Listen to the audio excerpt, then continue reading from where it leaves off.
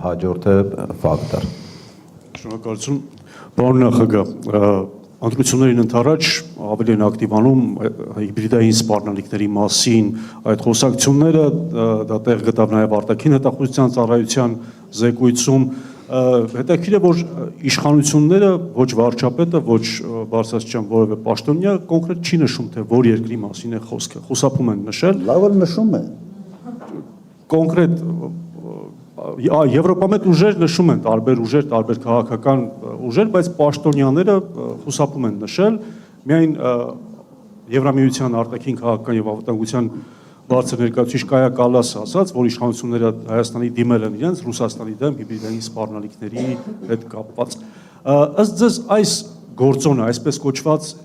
հիբրիդային սպառնալիքի այս հատվածը, այս հակառակորդը ինչպես կարող է ազդել ընտրությունների վրա, ինչ լրացուցիչ դիվիդենտներ կարող է տալ քաղաքական ուժին իշխող։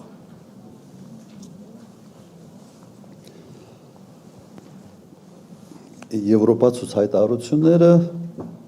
թե ակնարկը Ռուսաստանի նկատմամբ։ Իմ տպավորությամբ, որ սա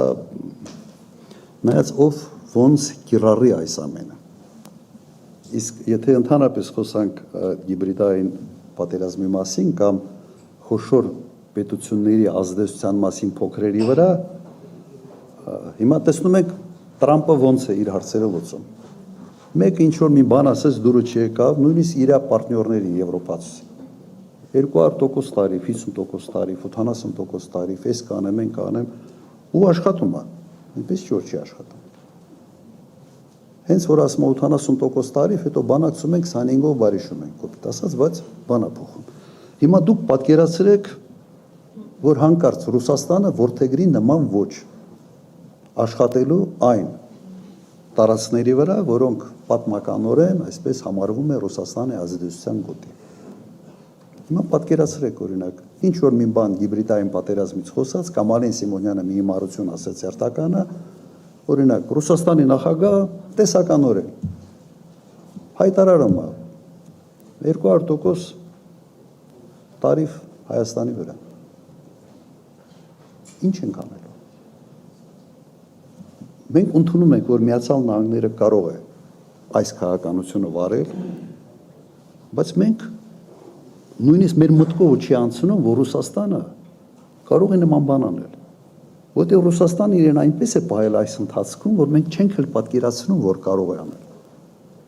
Բայց Ռուսաստանի լծակները մեր վրա նման կարգի քաղաքականությամբ ազդելու հսկայական են։ Հսկայական են։ Նման կարգի մին քայլ անեն գյուղատնտեսության նկատմամբ պրոբլեմ է, որովհետև մենք մեր գյուղարտադրանքը բացի Ռուսաստանից ուրիշ չի գնում։ Մի պահ պատկերացրեք, որ Ռուսաստանը, այսպես ասենք, հիբրիդային պատերազմի շրջանակներում նման մի քայլի դիմի։ Ես հիշեցնեմ,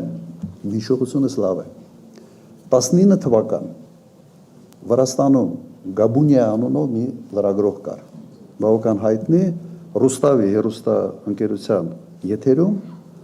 շատ կոպիտ արտահայտվեց Ռուսաստանի վերաբերյալ եւ Ռուսաստանի նախագահի հասցեի հայհոյանքներով։ Դուք չեք հիշում ինչ է եղել դրանից հետո։ Հիշեցնեմ,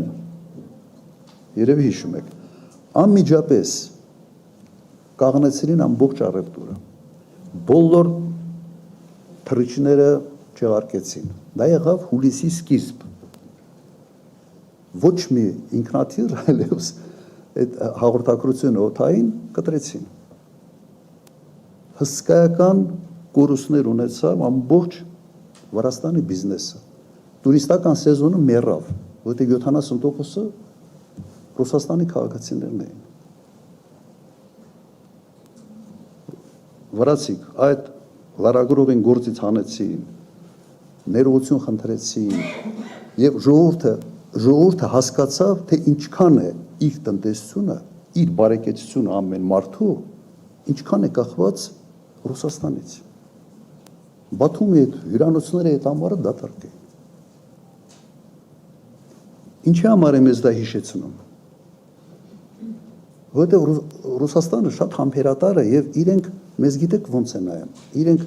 նույնիսկ եթե մեկը ինչ որ կտրուկ ասում է, միգուցե մի քայլ անենք եւ այլն, նայեք ամերիկացիք ինչ են անում։ Ասում են, բայց հայ ժողովուրդը մեր մասին ինչ կմտածի։ Շատ զգայուն են նրա վերաբերյալ, թե մեր ժողովուրդը ինչ կմտածի Ռուսաստանի նկատմամբ։ Սա գալիս է մեր sense ընդհանուր անցյալից, գալիս է որ մեկ երկրում ենք եղել, շատ գործոններ կա, նաև մշակութային կապերից, ազնական կապերից, սրանից է գալիս։ Բայց պատկերացրու, եթե մի պահ ուղղակի պատկերացրեք, եթե սկսեն վարվել Միացյալ Նահանգների պես։ Տրամպը չի մտածում, մեքսիկացին ինչ կմտածի, երբ որ ասում է տարիֆները 100% քննարկենք, կամ կանադացուց չի մտածում նա ինչ է մտածելու։ Իր ձերքին այս լծակը կա, կիրառում է, ասում է, հնարավորություն ունեմ, անում եմ։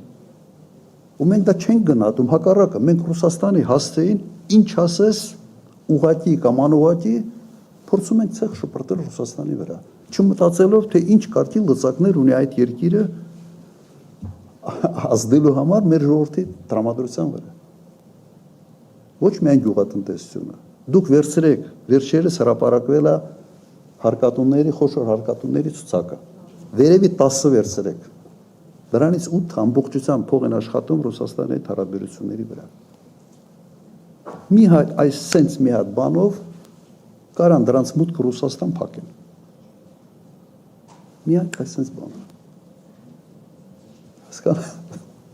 Դուք ճիշտ հասկացեք իրավիճակը։ Եթե փորձ են նման բան անել, ես առաջինն եմ լինելու, որ խնդրելու եմ չանեն, իմ կապերը օգտագործելով։